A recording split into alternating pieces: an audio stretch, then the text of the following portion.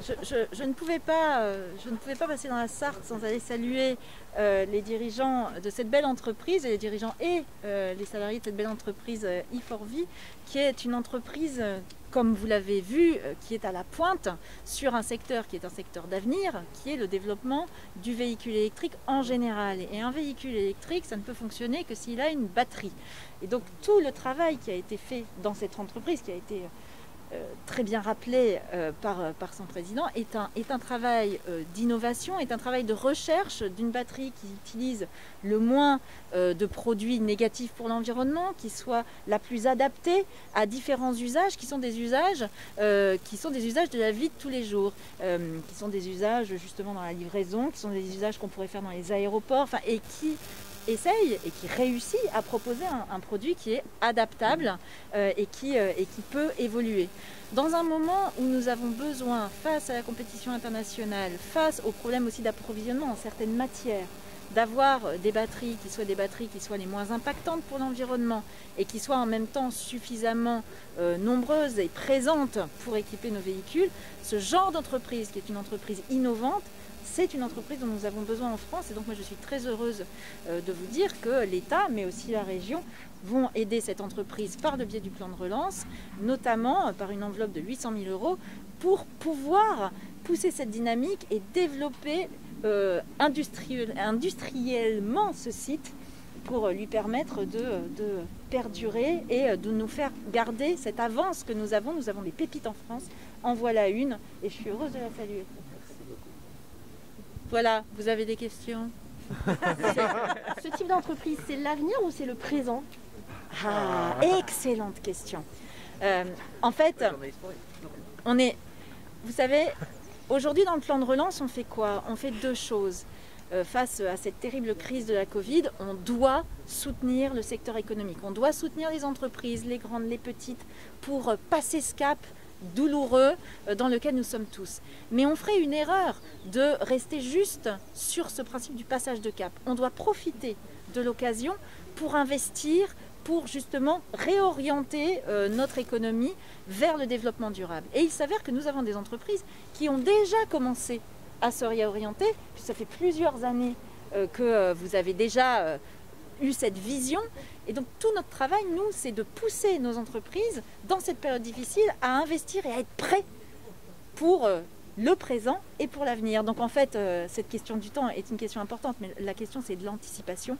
Et nous sommes, grâce au plan de relance, aux côtés des entreprises qui vont nous permettre aussi de ne pas dépendre d'importations extérieures. On est sur des secteurs qui sont des secteurs stratégiques, on est sur des matériaux qui sont des matériaux stratégiques et nous avons besoin d'avoir le maximum d'autonomie. Et grâce à des entreprises comme celle-là, on peut réfléchir développement durable, réfléchir à des batteries durables, on peut réfléchir à la durée de vie. Ces batteries ont été pensées pour vivre longtemps et donc pour être moins impactantes pour l'environnement, et penser après tout ce qu'on peut faire sur le recyclage, sur une seconde vie des batteries, puisque l'idée est de faire en sorte que l'impact environnemental des batteries soit de moins en moins fort.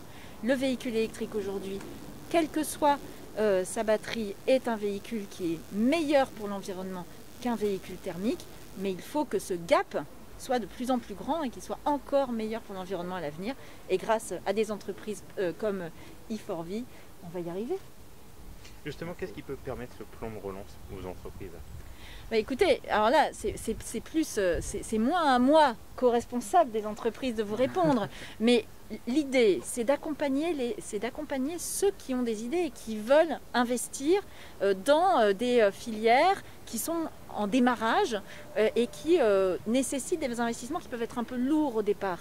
C'est rare qu'une filière soit rentable au début.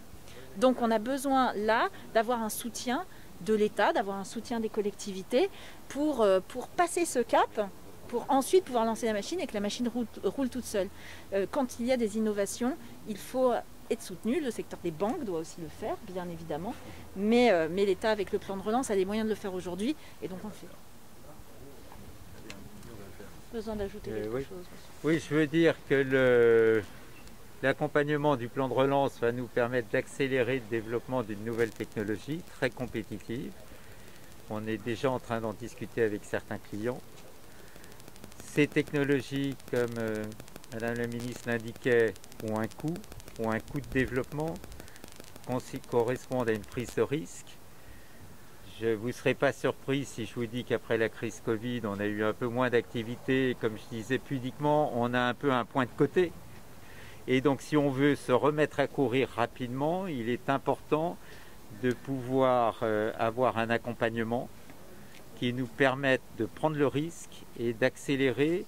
Accélérer pour nous, mais accélérer surtout pour les clients, nos partenaires PME et ETI françaises qui ont besoin, elles aussi, d'avancer rapidement à un moment où elles sont un peu plus exsangues ou fatiguées au niveau financier.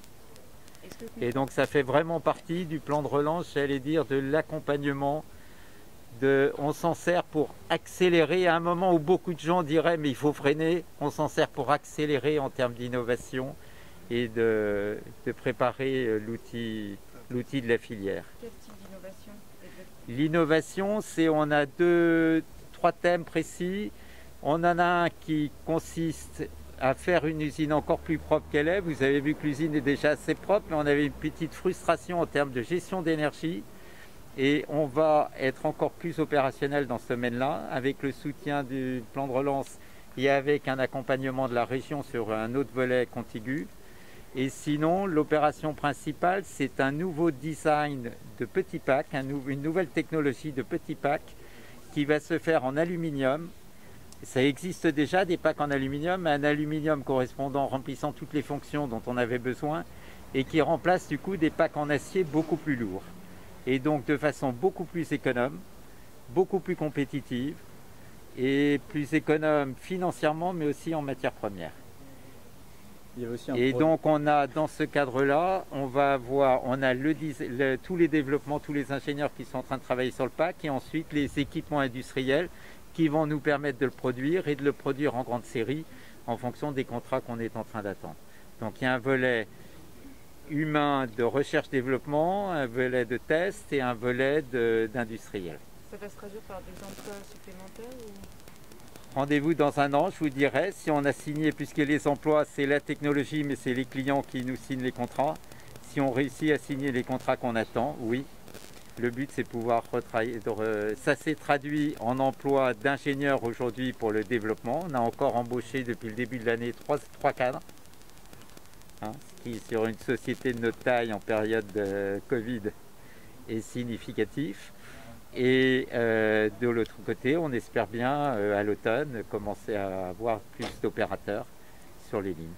Et avec le genre de technologie que vous êtes en train de nous préparer, j'ai pas trop d'inquiétude. Moi, je pense que vous allez vous retrouver avec du monde là. C'est le but. Juste, il y a aussi une volonté d'orientation vers le stationnaire, enfin l'énergie stationnaire. Alors on a aussi, oui, ça fait partie du plan que j'ai appelé d'économie d'énergie sur l'usine. C'est qu'il y a un volet de batterie stationnaire, donc parce on parle beaucoup de la mobilité. On parle ensuite de mobilité grand public, mobilité d'engins spéciaux, ce dont on a pu échanger, et ensuite les batteries stationnaires. Les batteries stationnaires, c'est un terme affreux, mais c'est pour dire toutes les batteries de stockage d'énergie liées à la gestion du réseau ou à l'efficacité énergétique dans les grands ensembles d'immeubles ou de bureaux ou d'usines. Et donc là, on est en train de développer de nouvelles technologies et on va pouvoir tester de façon expérimentale certaines de ces technologies pour nous-mêmes, pour être plus efficaces en gestion de l'énergie et sans doute sur un site pas très loin pour pouvoir faire un stockage d'énergie et l'aide à l'effacement du réseau. Vous parliez d'un frein lié à la crise sanitaire qu'on a traversée. Ça s'est mesuré Ça s'est mesuré significativement dans la mesure où pratiquement il y a 2 ou 3 mois d'activité qui sont passés à la trappe, dit vulgairement. Et puis premier point. Et puis deuxièmement, il y a un certain nombre de gens qui étaient sur des nouveaux projets. On travaille beaucoup en développement. Et donc on a beaucoup de clients sur des nouveaux projets qui ont aussi attendu 3 mois, 6 mois. Donc on essaye de les convaincre de repartir de l'avant.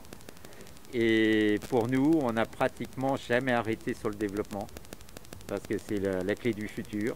Donc on a continué les recherches pendant toute la période de Covid, y compris le premier confinement. Et par contre, l'usine et tous les développements tournent actuellement. Les 800 000 euros qui s'inscrivent dans un plan d'investissement plus important de votre part? Oui, ou- on a un plan de développement d'ensemble de pas loin de 3 millions. Merci beaucoup. Merci beaucoup.